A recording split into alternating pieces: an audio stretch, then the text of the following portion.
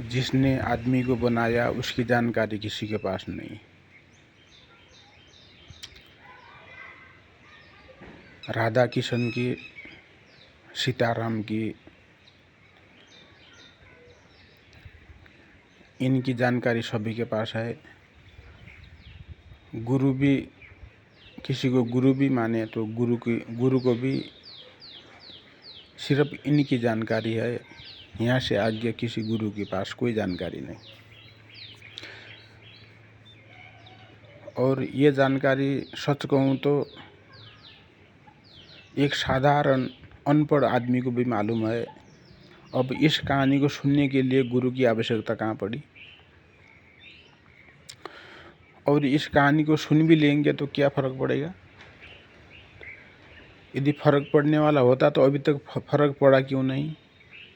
ये राधा कृष्ण की कहानी, श्री राम जी की कहानी, सीता जी की कहानी, ये हनुमान की कहानी, ये सुनते सुनते लोगों के कान के पर्दे फट गए। अभी तक किसी को कुछ फर्क नहीं पड़ा। इनकी कहानी सुनते सुनते कान के पर्दे फटने को आ गए। अभी तक संसार में संकट के बादल छाई हुई है। आदमी उटपटांग काम कर रहा है। जो परम आत्मा है, जिसने आदमी को बनाया है, जो आदमी का भला चाहता है, कुछ दे सकने वाला, आदमी के दुखों का निवारण कर सकने वाला जो परम आत्मा है, उसके बारे में किसी को जानकारी नहीं। उसको ढूंढने के लिए किसी मंदिर में जाने की ज़रूरत नहीं, किसी बाबाओं की आश्रम में जाने की ज़रूरत नहीं। उस परम आत्मा को तो ढूंढने का तरीका भी अलग है।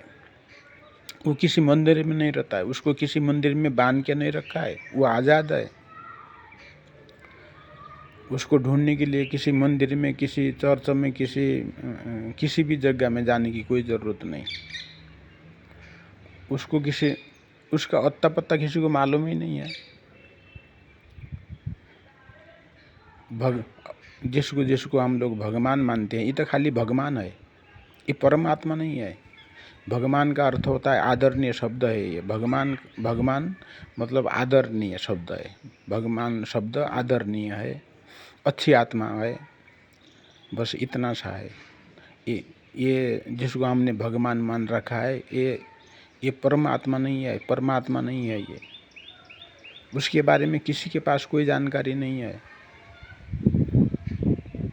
और पंडितों की और गुरुओं की और ये संतों महंतों बाबाओं की कमी नहीं है। ये संसार भरा पड़ा है, लेकिन जो असली जानकारी होना चाहिए वो जानकारी किसी के पास नहीं है। उस परमात्मा की जानकारी किसी के पास नहीं है। जिसने आदमी को बनाया है, ये सृष्टि का रचना किया है, उसकी जानकारी किसी के पास नहीं। जिसको हम भगवान कह रहे हैं, ये सच में भगवान है, ये परमात्मा नहीं है, ये तो खाली भगवान है। भगवान शब्द तो एक आदरणीय शब्द, जैसे साहब बोलो या भगवान बोलो, एक ही बात है।